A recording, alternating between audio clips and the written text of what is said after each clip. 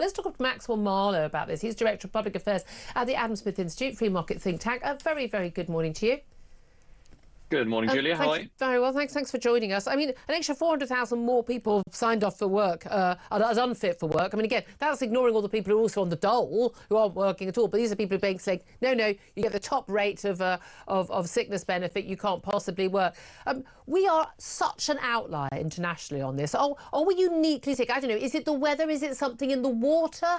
Is there something uniquely wrong? Is it something in Greggs? I mean, I don't know. What is it that is making us so sick in this country? Well, I think let's just quickly address the 400,000 figure first, Julia. This is from the OBR's report, so it's good to see journalists are still going through this 180-page document, and it's actually on a little footnote at the bottom, and it says it's always the footnotes. Always the footnotes. Yeah. Well, that's the thing. So, at the bottom of this, in this footnote, it says that because they're getting rid of the work capability assessment, which was brought in by the Tories during their welfare reforms. Basically, it's going to be a little bit less strenuous in terms of getting people onto disability benefit. So therefore, we'll see 400,000 extra people. But the OBR still are saying they'll cut their disability benefit by about 5 billion by the end of this parliament. Now, I think the reason I think the reason for this, though, Julia, is the reason we're so sick is because the NHS just has stopped working, and our disability benefits are too generous, and therefore it's just much easier to be on the dole than it is to be in work. And it's typical of a completely broken economy and a completely broken welfare system. And it looks like Labour have made a bit of a dog's dinner about trying to reform it. It certainly has. Again, they'll be so wary. The thing is, they got all the bad publicity about being, cruel to people on benefits, but they're not actually going to make the saving. I mean, at least make the saving if you're going to get those headlines. I mean, you say the NHS stopped working. We're often told it's because people can't get treatment. It's one thing if somebody, I work as a builder and I've broken my leg and I'm waiting for my operation or back, a knee operation or something, and I can't go back to work until then. OK, that makes sense. But actually, the vast increase in the number of people claiming these sort of disability benefits are mental health reasons, and quite a lot of them, frankly, let's be honest, because if we compare them to, it's younger people more than older people, and we compare them to people in other countries, these are clearly people who could be working. Now, whether or not they are knowingly swinging the leg and taking the mick out of us, and in my view, stealing our money, which is what I think it is, a lot of them, or they're people who just are hopeless and have basically played into this mental health victim card that has just been absolutely all over our society for the last 10 years. And therefore they think that they can't work when actually the best thing for them would be a structure and a purpose and self-respect and self-esteem. We don't know. But, the idea that these people is because the NHS can't work, I think, frankly, is a load of nonsense. And if that is the case, then, it'd be cheaper to spend 10 billion quid now on getting every single one of these people seen by a therapist and a counsellor and dealing with it right now than it would be having them on the dole, having them on sickness benefits for the next 20, 30 years, wouldn't it? I completely agree. I think there are three main things you have to look at, Julia. So the first thing is this affects women more than men when it comes to the assessment. So that's an interesting insight. So very much not the adolescent ball game that obviously the Prime Minister has been tooting around. Yeah. The second thing is the effects of the pandemic. We're still feeling them. And it's mainly young, as you say. No, we're not. No, I'm stopping there. We're not feeling the effects of the pandemic. We're feeling the effects of lockdown.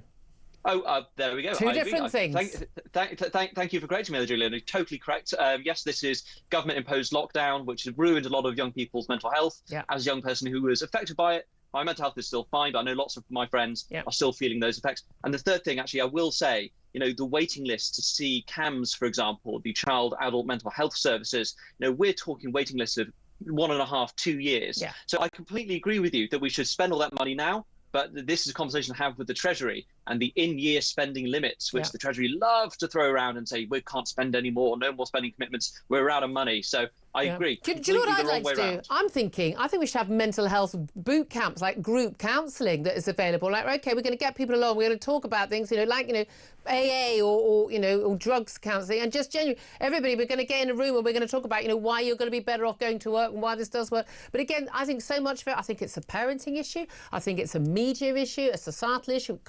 We need to talk more about mental health. We need to talk less about mental health. What we need to do is help people who've got genuine, serious mental health problems and make sure they get the help they need. But the government's gone for this weird thing where they're going to make sort of cut benefits for people who are genuinely on them, who need them, but not try and limit the number of people who get on them, when we know it is not feasible, it's not possible that we have way more mentally ill people in this country than France or Germany or Italy. It's just not, there's no explanation for that other than there is an incentive to go on those sickness benefits. Absolutely, yeah. I mean, these benefits are, we're only saving 5 billion, but but these are the amount of research I've seen, Julia, about it's just much easier to just sit on the dole, watch Netflix, play some video games, than get up early in the morning, go and work a good, honest day's work, and start a career and keep going. It's crazy. No, particularly for young people, and I see this attitude all the time. It's like, well, why should I? Well, because you need to eat. But you've got an option not to, because you need to eat. But again, I really think this is a parenting issue a lot of the time. It's like, if you do not bring up a young person to be resilient, to get on with life, to want to produce, to actually look after themselves, fund themselves, make contribution to society, turn up to work every day, if you're not doing a good job as a parent.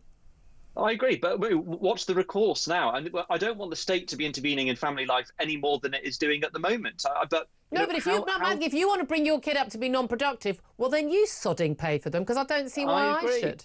I completely agree, Julia. Completely agree. But this is the thing. How are we? It's a question we can't answer really. How on earth are parents going to get back into how it was? Pre-lockdown, when actually we weren't having these huge problems, and parents were having a lot bigger role with good role models supporting their children. Absolutely. Really good to talk to you, Maxwell. I hope you come back on the show again. Maxwell Marwell at the Adam Smith Institute. Claire, you and I know, on air and off air, often talk about parenting. We've both got teenagers, and I think this is a very big issue. A lot of young people who don't want to do a weekend job, don't think, or even people, university grads who go, oh well, I'm too good for this. Well, I wait just after university. I clean toilets. I mean, get over yourself. I mean, who do you think you are, really? Every job is a job. It is, and you have to go and be productive. And if you want something, you have to pay for it. And how are you going to do that if you don't work? It also gives you so many other skills. But it's all the other skills that go with it. Learning how to talk to people, stand up straight, look people in the eye. Or as a waitress, learn how to despise your customers when they're mad.